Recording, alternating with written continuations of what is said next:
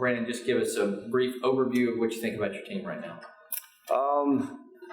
Summer, June, we did a little differently than we have in the past. We've kind of let our guys multi-sport a little more, and so we kind of all worked out. And then if you played basketball, we let you go do that.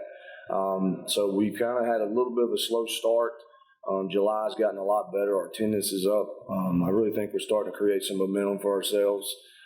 We did some OTAs and had some really good turnouts and showed out really well for there. Played some really good teams, and so starting to feel like we're headed in the right direction. Malik, you put up a bunch of yards last year.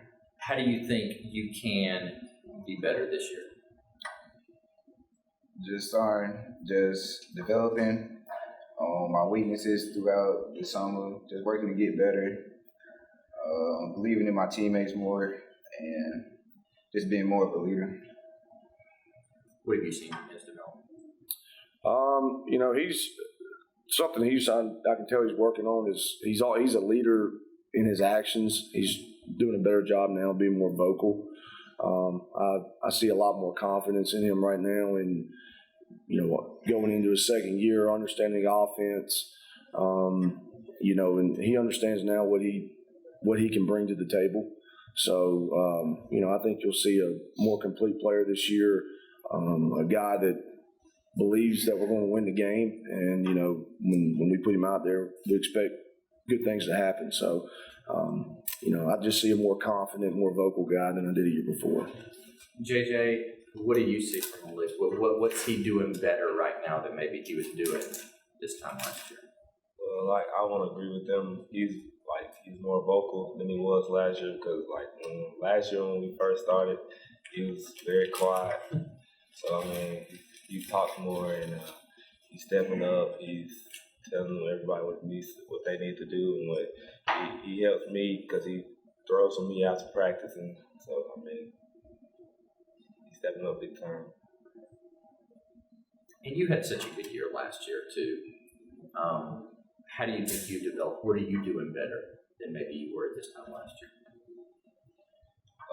I've been working on a lot of my routes and chopping down. Like, I got to play quarterback some, and it's helping me read the defense, so that's going to help my game some. And, was that 7-on-7? Yes, sir.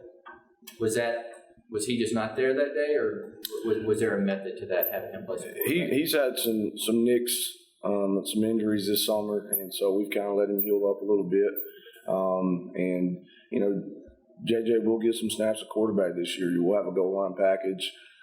He's a very physical runner, and we don't have the largest running backs, so being able to put him in there with our kind of shiftier guys is going to create some issues with short yardage situations. So it was something we was already going to plan on doing, just kind of got exacerbated a little bit more because of his injury, but he's healing up fine. And we're expecting him to be 100% by the time we get ready to roll. JJ, this time last year, it was before you had that 1,700-yard season. Then, of course, recruiting really got accelerated for you. Now that you've been committed for a while and you have the ability to look back on that, what was that whole whirlwind experience like? It was great, but I knew what it took to get there because all the work that me and JC put in together after practice, before the spring, it was a great process though. And we all know that just because you commit, that doesn't mean other schools stop recruiting you. So how do you deal with that? Are there other schools that are really still trying to get your attention? Yes, sir. What can you mind sharing what those schools are? Tennessee, Alabama, Clemson, and Georgia. And that being said, can you foresee any way that you wouldn't end up at all? Not right now. From a coaching standpoint, you kind of saw the whirlwind of that, and you've been through the recruiting process with other players. What was your perspective of seeing that, and how do you think you handled I thought he handled it very well. I know it's really unfair for a lot of these guys because they're bombarded constantly, almost 24/7 with phone calls, private messages on Twitter, et cetera, and they've got to be able to balance that out, stay grounded. He's done a really good job of that, understanding that, we talked about, I remember about a year ago or probably 8 months ago, what his goals were, and that, getting to college, yeah, that's a goal, but that's not the end of the road for us. And so I think being able for him to look at things from a perspective of, I've got bigger fish to fry than just getting into college, because there's guys every year that are 4-star, 5 stars that go to these big SEC schools. They're a year, and then the next thing you know, I played football at the University of North Alabama. We had guys from Florida, we had guys from Alabama, we had guys from Auburn all on our team. And I can assure you, when they were going in their senior year of high school, they didn't foresee themselves being a D2 player. So he knows that his success is grounded in hard work and being humble and treating people right, and he continues to do that.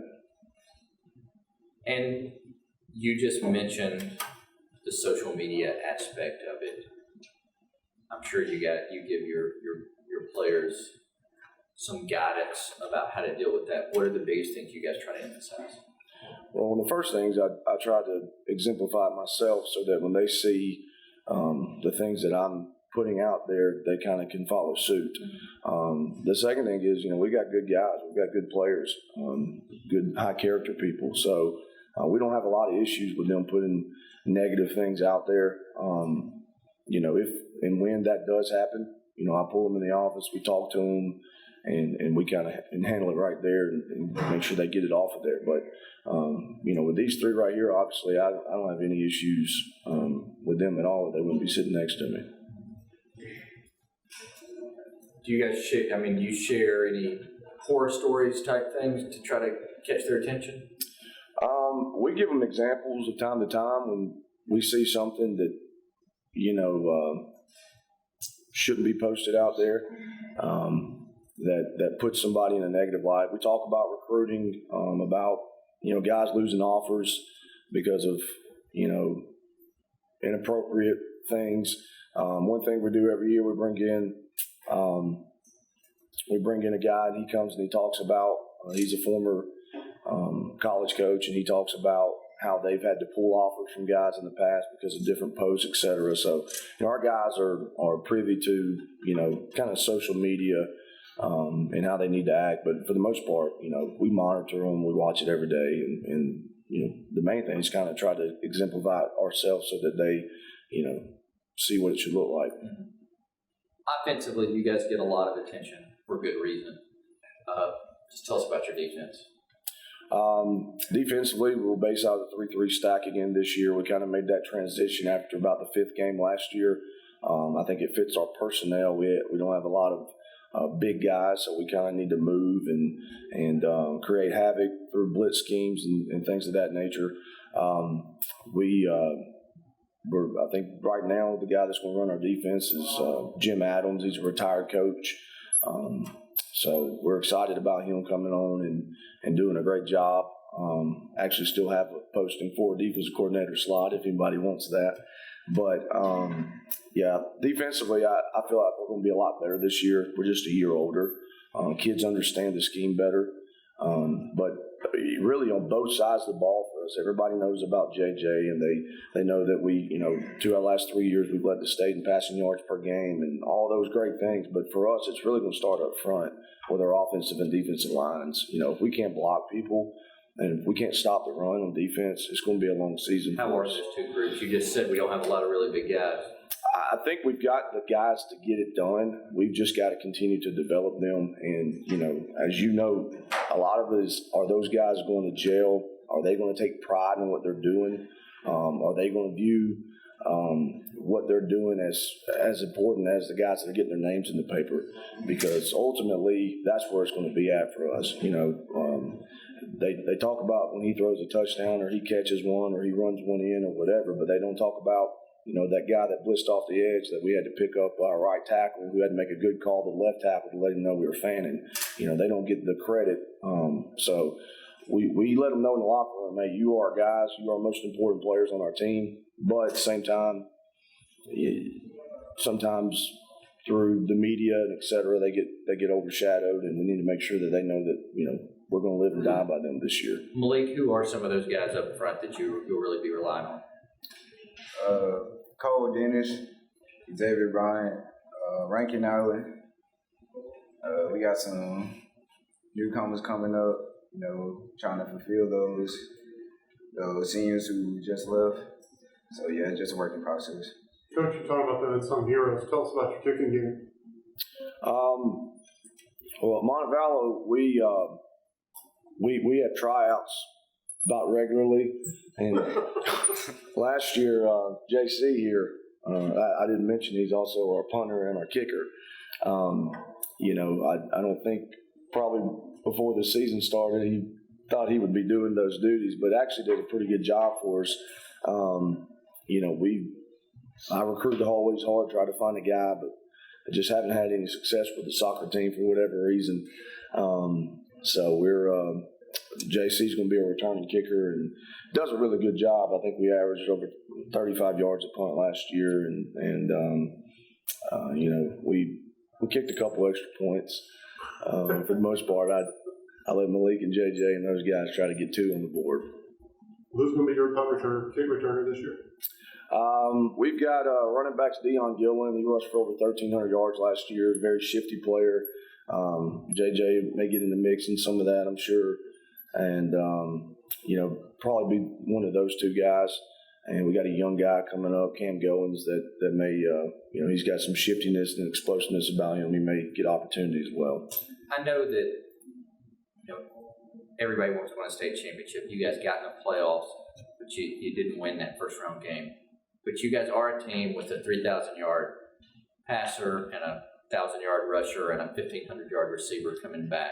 I mean, that usually raises the expectations for your team. How have you tried to manage that in light of you guys not getting out of the first round last year? Sure. I mean, I think ultimately we've got to have high expectations for ourselves, or those things aren't going to happen. They're just not going to happen by chance. So we can't get so caught up on we've got to accomplish this or it's a failure of a season. But we've got to know, hey, our goal is to win a state championship. It always is. I've had teams where I didn't even go 500, but that was the same goal for those teams. But at the same time, we got to focus on the process of winning one and being present every day and doing the things we need to do to be successful. And, we'll see where the chips fall at the end of the season. But, I don't think any of us were happy with last year's, first round put out. It was a tough matchup for us. We were out. I think they dressed somewhere in the 90s, and we had 26 kids that night. They ended up going to the semifinals. So, I haven't lost a lot of sleep over losing that game, but at the same time, I expected to win that game, and I thought our kids played hard enough to compete to win that game. How many will you guys dress? We're going to be right at the brink at 40 this year, so numbers are up. You've been there 3 years now, right? Going into year 4, correct. What have you done to build Montevallo Bulldog pride in the community and get the community and the feeder schools and everybody back in buying into the program? Well, I think, we do a lot of different things on home game days. We go to the elementary school and we open up the doors, car doors for the kids. Our guys go and read to the elementary schools. I think our social media tries to tie in everybody. Last night we did a kids camp and had a good turnout there. But I think, you can do all those things, but also just having consistency with one coach and everybody understands who he is. I think back to year 1, a lot of things that were questioned that we were doing, certain things in the weight room that people we've never done that before. It must be wrong. Now it's just kind of, that's what we do, and our kids buy into it. They believe in it. And so I think a lot of it just has to do with people getting to know you as a person, know what kind of character you got, know how you treat their guys. And overall, I'm very pleased right now with the community, the buy-in, and our buy-in from our players, because it all starts right there. For the players, y'all been under coach for a couple of years now. What's the biggest changes y'all seen since freshmen coming into school to now?